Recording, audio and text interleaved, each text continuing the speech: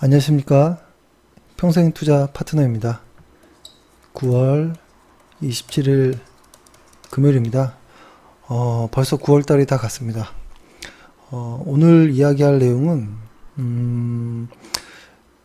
주식을 지금 현재 비중을 확대해야 될까, 비중을 축소해야 될까, 아니면 아예 시장을 보지 말아야 될까, 어떤 큰 그림 안에서 어떤 전략이 세워져야 되잖아요. 그래서 최근에 회원분들이랑 통화를 참 많이 했던 것 같아요. 정말 많이 한 것 같고, 그리고 이번 주에는 그 시장에 좀 조정도 있었고, 그래서 이런 이야기를 좀 해봐야 될 것 같은데요. 일단 결론부터 이야기하면, 저는 우리 시장이 길게 좀 본다면, 단기적으로 본다면 지금 조정을 보이고 있는 것이겠죠. 이렇게 일간 차트에서 보는 단기적인 그림 말고 조금 더 크게 본다면 지금은 주식을 하기에 매우 적합한 이런 구간으로 보입니다. 그리고 주식 비중을 확대해야 할 구간으로도 보이고, 그렇습니다. 근데 회원분들도 고민이 많으신 것 같아요. 내년부터 아주 시장이 안 좋다라고 하는데, 매우 시장이 많이 빠진다라고도 하는데, 혹은 여러 가지 어떤 뉴스들이 있잖아요. 그런 내용들로 인해서 좀 불안감이 좀 많으신 것 같은데요. 그냥 저의 생각을 이야기를 좀 해보면 어떨까라는 생각을 합니다. 일단 이번 주는 시장에서 일단은 뭐라고 할까요? 상승 추세를 가고 있었죠. 8월 말에 이 차트를 좀 보면은 8월 말에 급격하게 조정이 이제 마무리되고, 이 이후부터 이만큼까지, 그렇죠? 이만큼까지 상승 추세를 가고 있었는데, 지금 이제 요 며칠 3거래일 정도가 이제 조정을 보이고 있는데요.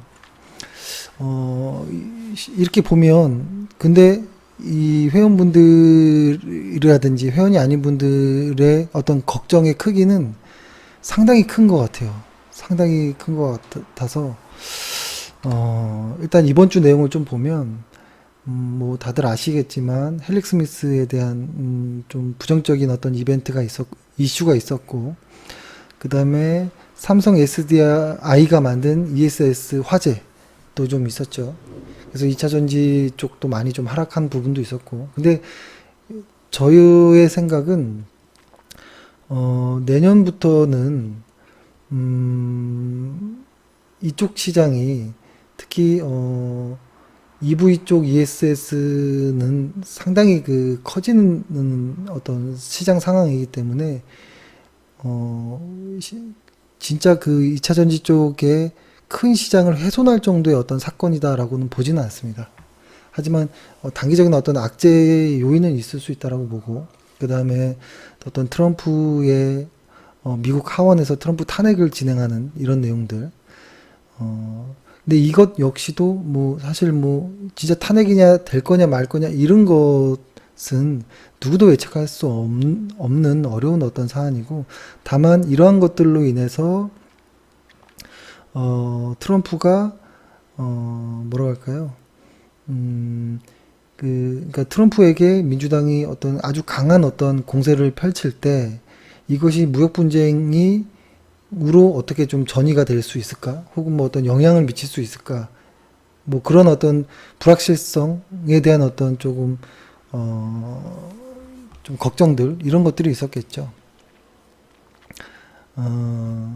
그래서, 이번 주는, 그리고 코스닥 시장이나 이렇게 다른 나라 시장을 좀 봐도 분산들이 좀 이루어진 어떤 모습들이 있기 때문에, 꼭 이러한 어떤 이슈들이 나오지 않았더라도 일부 조정은 있을 수 있었겠다라는 일단 생각은 합니다. 그래서 그렇다면 이번 주에 이런 이슈들이 발생한 것이 주식을 그만둬야 될 정도일까? 혹은 아주 무서운 상황으로 봐야 될까라고 이렇게 좀 본다면, 저희는 오히려 좀 다르게 좀 보고 있는데요. 저희가 다르게 보는 이유들이 있잖아요. 그것은 첫 번째로 12개월 예상 EPS가 저점을 통과하고 있고 최근 한 달 동안 4%가 넘게 상승 전환하는 모습들이 좀 붙잡히고 있고요. 그 다음에 어떤 실적 예측치들도 좀 보면 일단 이렇게 봅니다. 연간으로 일단 따져보면 코스피의 순위 컨센서스를 좀 보면 2019년도와 2020년을 좀 봐야겠죠. 2019년도의 예상 순이익은 한 103조 정도로 보고 있죠. 근데 2020년도에는 129조 정도를 예상하거든요. 컨센서스가. 그러면 어떻게 될까요? 지금 시장은 분명 이제 4분기에 대한 어떤 내용들을 좀 반영하는 것 같은데요. 이걸 조금 쪼개서 볼게요. 일단은 연 단위로 보면 내년은 올해보다 안 좋아지기가 좀 어려운 구간입니다. 2019년도가 하도 안 좋았기 때문에. 그리고 2019년도만을 좀 쪼개서 보면 2019년도에 1분기 여기다 적어볼까요? 1분기, 2분기, 3분기, 4분기로 보면 지나간 분기는 보면 28조 대략 28조 정도, 23조 정도 요거를 코스피랑 같이 한번 놓고 볼까요?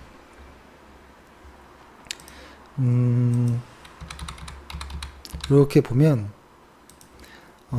여기 한번 제가 체크를 한번 해볼게요. 1분기 때가 한 여기까지 구간, 그리고 2분기, 그 다음에 3분기 구간, 이제부터는 이제 4분기 구간이겠죠. 여기에서 이제 보면 1분기 때는 시장이 상승을 했죠. EPS가 순이익이 한 28조 정도가 나왔고요. 그 다음에 2분기 때는 좀 하락을 했고, 요때가 한 23조 정도 나왔고, 그 다음에 3분기, 지금 3분기인데요. 지금은 다행히도 V자로 회복하고 지금 잠깐 중요한 자리에서 조정을 보이고 있는데, 다행히 2분기보다는 좋았습니다. 26조 정도 나오는 거고, 4분기는 24조에서 한 5조 정도로 일단은 보고 있어요. 그렇기 때문에 지금 시장이 조정을 받는 것들은 아마 4분기에 대한 어떤 실적을, 순이익을 미리 반영하고 있는 것이다 라고 좀 보여지는데요. 이렇게 본다면 분명 4분기는 3분기가 실적이 4분기보다는 좋을 것이고, 그 다음에 떨어뜨려서 내년 1분기부터 시작해서는 얘네가 좋을 것이거든요. 그래서 아마 저는 지금의 어떤 조정이, 단기적인 어떤 조정은 분명 보이겠지만, 하방은 제한될 것이다라는 생각을 하고, 8월달, 7월달에 이렇게 크게 하락했던 이런 것은, 이런 정도의 하락은 오지 않을 것이다라고 보고요. 그 다음에 저희가 2000에서 2100포인트 정도 위에 주가가 놓여 있을 때는 매우 긍정적으로 좀 볼 수 있다라는 생각이 들고, 그 이하에 있을 때는 상당히 저평가되어 있다, 그런 구간이다라는 생각을 좀 합니다. 그럼에도 시장에서는 두 가지 입장이 좀 이게 논의는 것 같아요.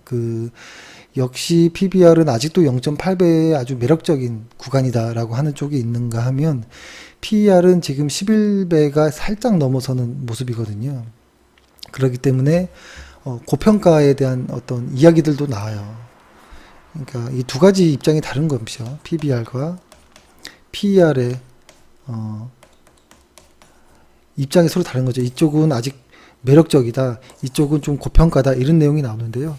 이것들이 해소되는 것은 뭐냐면 실적의 증가가 있다면 해소되는 겁니다. 근데 예상 EPS들이 상승 전환했고, 그 다음에 실적은 순이익도 내년에 순이익이 좋게 나오기 때문에 지금의 PER 11배의 어떤 고점이라는 이야기는 조정될 수 있을 것이고, 부담은 좀 해소할 수도 있는 것으로 좀 보여집니다.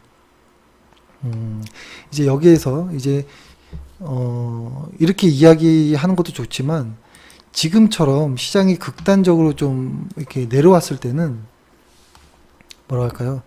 월간 차트로 좀 시장을 길게 보는 것도 좋은 것 같아요. 월간 차트를 한번 볼게요. 월간 차트로 보면 이렇게 큰 상승이 있었고 이것이 다시 원점으로 돌아왔죠. 일단 그렇죠. 돌아왔는데 시장을 좀 보면 여러 가지 어떤 뭐 글로벌 어떤 요소들을 빼고 오늘은 우리 시장만 좀 보고 이야기를 좀 해볼게요. 우리 시장을 좀 보고 이야기하면 뭐라고 할까요?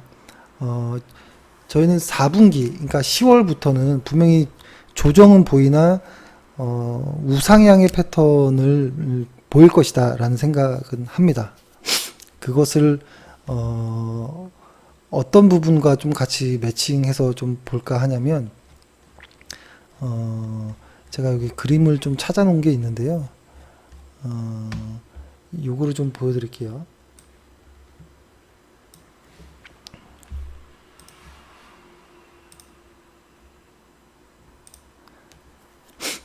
이걸 좀 볼게요. 위에 보면 검정색으로 진하게 나와 있는 요 선이 위에서 이렇게 움직이는 선이 있잖아요.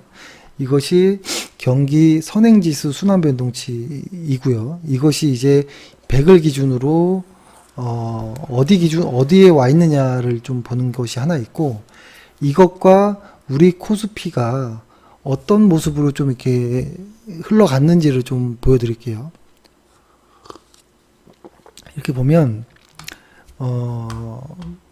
이렇게 보고 실제로 한번 차트를 통해서 한번 다시 확인 보여드릴 텐데, 이렇게 보면 이게 애매한 부분이 좀 있어요. 뭐냐면 분명히 지나고 나 보면 코스피 월간 차트와 경기 선행지수 순환변동치가 아주 저점을 아주 용하다 싶을 정도 잘 맞춰요. 특히 그 조건은 뭐냐면 경기 선행지수 순환변동치가 100 아래에 있을 때, 그리고 코스피가 월간 차트로 봤을 때 한 5년의 평균, 그러니까 한 60월 이평선이겠죠. 그러니까 이 변동치가 선행지수가 100 아래에 있을 때 시장은 아주 극도의 아주 공포, 불안 뭐 이런 것들이 놓여 있을 때고, 코스피 역시도 주가가 5년 평균 가격, 즉 60개월 이평선,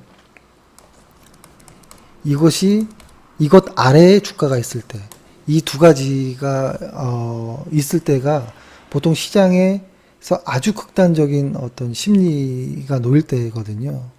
그러니까 그때가 보통 산업 사이클이 저점을 통과하고 하는 구간이고, 다만 심리는 아주 극에 달하있을 때, 왜냐면 뉴스들이 후행해서 발표되는 경제 지표들을 다룰 수 없기 때문에, 현재 상황만 다루기 때문에 심리는 아주 안 좋은 심리만 나오고, 뉴스 또한 안 좋은 뉴스들이 나오는데요.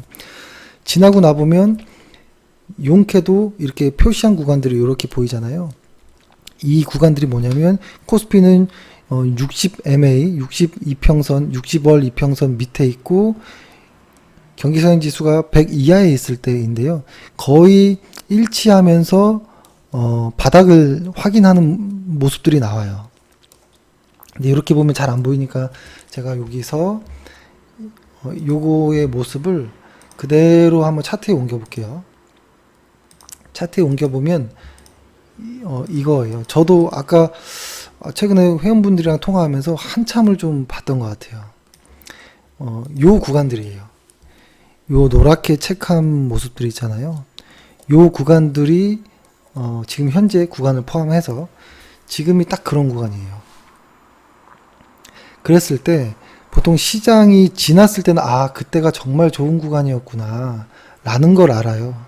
근데 보통 그것도 한 시장이 바닥을 찍고 한두 달 지나고 보통 압니다. 왜 그러냐면 보통 경기 선행지수가 이렇게 바닥을 찍고 올라서고, 주가 역시도 바닥을 찍고 올라설 때 우리는 주가를 실시간으로 이렇게 보잖아요. 실시간으로 보지만 경기 선행지수 순환변동치는 2개월 후에 이제 제대로 된 지표가 나오기 때문에 이 위에 거를 보지 못한 상태에서 주가 상승만 바라보면서 불안감이 상당히 커지거든요. 왜냐면 지표는 아직 나오지 않았는데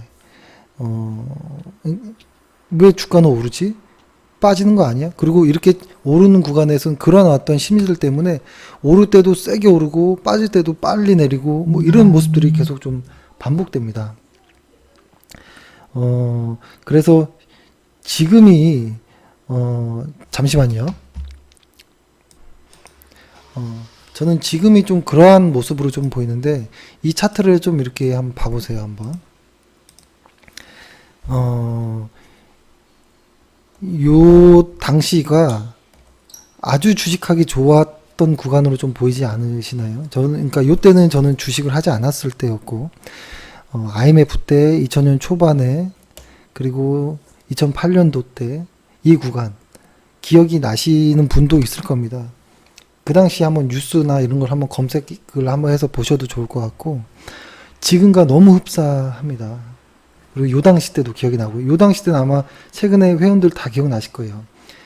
2016년도 요때 요거를 좀 확대해 보면, 그러니까 뭐 요때 거 이때 거는 기억이 안 나실 수도 있지만 이때는 기억이 나실 거예요. 아마 얼마 되지 않았으니까요. 그거를 확대해서 보면 요때였었거든요. 요 당시 때 저희가 2016년 초반에 이거 그때 그날이 왔다라고 하면서 매수를 이렇게 했던 거 기억 다들 나실 거예요. 이거는 제가 좀 많이 설명을 좀 했던 부분이 있는데요. 그 당시 때를 상황을 보면 요 당시 때 한번 상승이 있었는데요. 요때 분명히 달랐었어요. 이때는 상승이지만 분산이 상당히 많은 분산들이 나왔고, 요 당시 때 다시 그날이 나와서 이때 매수했지만 이때는 요 전과 다르게 시장의 어떤 매도세보다는 매수세들이 아직은 그 좀 우위에 있었지만 변동성이 좀 컸던 구간이었거든요. 근데 요 당시 때도 저희가 매수합니다라고 했을 때 따라서 같이 혹은 뭐 같이 동참했던 분들은 거의 많지 않았었던 걸로 알고 있어요. 있었기 때문에 근데 그때 심리가 그랬습니다. 왜냐면 경기 지표들도 어떤 선행 지표들이라고 하는 것들도 좀 불안한 모습들이 보였고, 이때 뭐 시장 상태가 너무 안 좋았을 겁니다. 안 좋았던 구간이었고, 그렇죠. 그런데도 불구하고 그 이하로 빠지진 않았었는데요. 그러고 나서도 한 1년 가까이는 시장의 분위기가 그렇게 좋지 않았습니다. 이 당시 때도. 그리고 17년도에는 이거는 뭐 말이 안 되는 정도의 상승을 보였던 것이었고, 그렇죠? 그래서 이것을 지금 월간 차트로 보면 지금이 뭐 그런 구간과 거의 뭐 흡사해 보입니다. 지금 제가 보기에는 오늘은 뭐 아주 단순한 어떤 이런 내용인데, 이거를 조금 더 이제 얘기를 해 본다면 이 초록색 선이 60개월 선이에요. 5년의 어떤 평균 값들. 그죠? 이 60개월 선 아래에서 주가가 이렇게 놓였을 때예요. 보면은 이 60개월 선 아래에 주가가 이탈됐을 때 여기에서 경기선행지수가 턴해줄 때가 진짜 바닥이었었거든요. 진짜 바닥이었었습니다. 근데 지금이 경기선행지수가 턴했다라고는 지표가 나오지 않았겠죠, 당연히. 왜냐면 지표가 나올 때쯤 되면 주가는 벌써 이미 올라가 있어야 됩니다. 왜냐면 선행지수는 2달 정도가 후행하니까요. 그렇기 때문에 지금 9월 달을 기점으로 해서 우리 시장이 상승을 하기 시작했죠. 이거 월간 차트로 크니까 일간 차트로 볼게요. 9월을 기점으로 해서 9월을 기점으로 해서 시장은 상승을 했지만 선행지수는 11월경에나 확인이 될 것이고, 대신에 이때 우리가 확인할 수 있었던 건 EPS의 상향이었거든요. EPS의 상향치들이 9월에 아주 강력하게 몇십 년 동안 거의 흔하지 않을 정도의 강한 상승률로 상승을 했기 때문에 저는 매우 긍정적으로 좀 보고 있고, 그리고 코스피가 최근에 보면 아주 비이성적으로 강하게 크게 상승을 했죠. 이렇게. 근데 요것도 역시 역사적으로 보면 요런 일수가 몇 번 손가락이 꼽을 정도로밖에 없었다고 하네요. 그 기록들을 보면. 근데 한 번 빼고는 단기 조정 이후에 다시 우상향을 보이는 경우들이 대체로 많았거든요. 왜냐면 이렇게 강력하게 매수가 들어온다라는 것은 일단 연기금이 주가 되었긴 하지만 그 물량 자체가 받쳐주는 역할을 한다라는 것이죠. 그렇기 때문에 지금의 어떠한 그러니까 요 이야기를 드리고 싶어요. 뭐냐면 우리가 미래의 어떤 시황들의 의견들이 많잖아요. 근데 이 시황을 누군가 이야기할 때 저는 뉴스 그리고 어떤 증권 TV에서 직업으로 시황을 이야기하는 사람들 그리고 뉴스 기자들의 이야기는 상당히 걸러서 들어야 된다는 생각을 해요. 왜냐면 계속 달라집니다. 이분들은 시황관들이 뭐 진짜 봐야 될 건 뭐냐? 그냥 경기 지표와 순이익 지표밖에 없다라고 봐요. 시황이라는 것은 특히 뭐 트럼프가 어떻게 될 것인지 이런 것들은 아무도 알 수 없는 것이고 지금 얘기해봤자 전혀 도움이 되지 않습니다. 그저 우리가 봐야 되는 것은 기업들의 실적인 것이고 그 기업들의 실적이 모인 업종, 그 업종들이 모인 지수를 보는 것이지 그 경기 지표들이 강하게 나오면 뉴스도 달라지고 그 시황을 얘기하는 어떤 전문가들의 시황관도 달라집니다. 그렇기 때문에 우리가 집중해야 될 거는 일단은 지표, 그 기업의 실적인 것 같아요. 근데 뭐 여러 번 말씀드렸지만 반도체 쪽은 2분기를 저점으로 영업이익률은 바닥을 통과했다라고 보여지고, 그 다음에 3분기, 4분기 때는 어떤 그 바닥을 확인하는 이런 모습일 것이고, 그 다음에 내년 1, 2분기를 통해서 의미 있는 숫자들이 나올 것으로 보이거든요. 그렇기 때문에 삼성전자가 최근에 이렇게 급하게 아주 강하게 올랐다라는 것이고, 그 삼성전자가 우리 지수의 가장 대표하는 종목이기 때문에 삼성전자가 좋다면 우리 지수도 굳이 안 좋을 이유가 없다라고 보여집니다. 근데 삼성전자가 우리나라만의 그 기업은 아니잖아요. 글로벌 탑 기업이기 때문에 반도체의 사이클을 선행해서 삼성전자의 주가가 움직인다라고 저는 보고 있습니다. 그래서 사이클이 저점을 통과했을 때는 두려워할 이유가 없다라고 봅니다. 그래서 이번에 코스피의 어떤 코스닥, 코스피의 어떤 분산들을 일부러 좀 말씀드리지 않고 이번 주에 방송을 좀 하지 않은 이유는 이번에는 홀딩하고 가는 것이 어떤가라는 생각이 좀 있었고 뭐 그랬습니다. 그래서 뭐 제가 이렇게 말씀드리는 것은 여러 가지로 어떤 뭐 안심을 시키기 위한 뭐 이런 내용은 전혀 아닙니다. 전혀 아니고 아주 객관적으로 봤을 때 지금은 주식 비중을 확대해야 할 구간이라고 봅니다. 길게 보면 아까 월간 차트를 보여드렸죠. 월간 차트에서 보면 지금은 확대해야 될 구간이에요. 주식을 이렇게 길게 놓고 보시면 보이실 거예요. 시장이 우상향을 아직 우리 시장이 움직이진 않고 있지만 이렇게 우상향을 한다면 주식을 보유하지 않은 사람의 입장에서는 따라가기가 힘듭니다.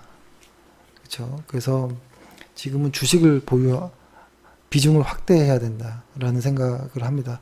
단기적인 추세를 보는 사람들의 입장에서는 아니겠죠. 근데 장기적으로 말씀드리는 거고, 요거 하나만 말씀드릴게요. 장기 투자자와 어떤 단기 투자자, 누가 옳고 뭐 이런 것의 개념은 아니에요. 성향의 차이인 거예요. 매매의 성향의 차이. 그래서 장기 투자자와 단기 투자자들은 좀 다르다라고 봐요. 매수 타이밍이. 장기 투자자는 흔히 말해서 어떤 보조 지표들의 어떤 이러한 과매도 구간들 있죠. 과매도 구간, 흔히 말해서 역배열에 아주 극에 달았을 때, 분명히 내가 매수하려고 하는 이 종목이 실적은 계속 우상향하고 아주 강한 종목인데 차트가 아주 역배열에 되어 있다라면 장기 투자자들의 입장은 그때가 분할 매수의 구간이라고 보고요. 단기 투자자들은 역배열 구간이 내서 매매하는 것 자체가 맞지 않아요. 왜냐하면 활짝 펴져 있는 정배열 구간에서 뭐 이런 거겠죠. 이제 일간 차트로 한번 볼까요? 삼성전자를 일간 차트로 한번 볼게요. 이렇게 보면 아주 모든 이평선들이 활짝 펴 있는 이런 구간들에서 구간을 짧게 수익을 취하는 것이 단기 투자자이라고 봐요. 그러니까 단기 투자자라고 해서 뭐 테마주라든지 어떤 잡주를 매매하는 게 단기 투자의 개념이 아니고요. 좋은 회사이지만 호흡을 좀 짧게 하는 것이고, 그죠? 대신에 장기 투자자는 좋은 회사이지만 호흡을 길게 해서 아주 바닥 공포 구간에 매수하겠다라는 그런 차이라고 봐요. 그렇죠? 그렇기 때문에 여쭤보시더라고요. 지금 어떻게 해야 되느냐라고 누군가 저에게 물어보면 저는 먼저 여쭤봅니다. 장기 투자자의 성향인지 단기 투자자의 성향인지를 먼저 좀 여쭤봅니다. 왜냐하면 성향에 따라서 전혀 다른 이야기가 나올 수 있는 거거든요. 그러니까 예를 들어서 SKC 코롱 PI를 볼까요? 이 종목을 월간 차트로 한번 볼게요. 월간 차트로 보면 이 종목이 어떻게 보이시나요? 아주 강한 상승을 보이고, 그 다음에 정고점을 해소하지 못하고 하락 다이버전스와 함께 실적의 축소와 함께 쭉 하락했죠. 그러고 나서 아주 오랫동안 횡보를 걷고 있거든요. 그리고 과매도 지역에 왔고, 여기에서 장기 투자자라면 분명히 이 회사는 실적이 내년 내후년 계속 우상향하는 것이기 때문에 지금 구간부터는 분할 매수가 충분히 가능한 구간이라고 보고요. 다만 단기 투자자에게는 지금은 쳐다보지도 말아야 될 구간이죠. 이거를 일간 차트로 한번 확인해 볼게요. 일간으로 본다면 이런 겁니다. 일간으로 본다면 이렇게 정배열되어 있는 구간, 하지만 막상 요 당시대로 딱 확대해서 보면 상당히 무서운 구간이에요. 이때가 단기 투자자들이 좋은 회사를 매매하는 좋은 구간인 거고, 그렇죠? 그리고 단기 투자자일 경우에는 지금같이 다 역배열되어 있는 이런 구간은 아예 접근 자체를 안 해야겠죠. 그렇기 때문에 단기 투자자는 이러한 종목들을 찾아야 되는 것이고, 장기 투자자는 이렇게 역배열되어 있는 종목들을 좋은 회사가 싸게 거래되어 있는 이런 구간을 찾아야 되는 것이겠죠. 근데 이것이 혼용되면 안 되죠. 나는 단기 투자자인데 이렇게 바닥에 있는 종목들을 자꾸 물어보면 그것은 아니겠죠. 그리고 장기 투자자인데 이렇게 시세가 활활 타오를 때는 좀 늦었다라고 볼 수도 있는 것이죠. 그래서 그거를 조금 구분해서 봐야 될 필요가 있겠다라고 보고요. 그런 의미로 본다면 저는 우리 시장이 지금은 단기 투자자가 아니라 장기 투자자라면 주식 비중을 확대해야 되는 구간이라고 생각합니다. 네, 일단 이렇게 보고 좀 힘들겠지만 어떤 단기적인 시황에 너무 흔들리지 마시고 기업의 실적들, 우리나라의 순이익 컨센서스들을 좀 믿고 좀 홀딩하시는 게 어떤가라는 생각을 하고요. 장기 투자자라면 비중을 모아 나가야겠죠. 지금은 오히려 그렇죠. 지금은 도망갈 구간은 아니겠죠. 예, 이렇게 말씀드리겠습니다. 주말 잘 쉬시고 다음 주 월요일부터 다시 화이팅 하겠습니다. 감사합니다.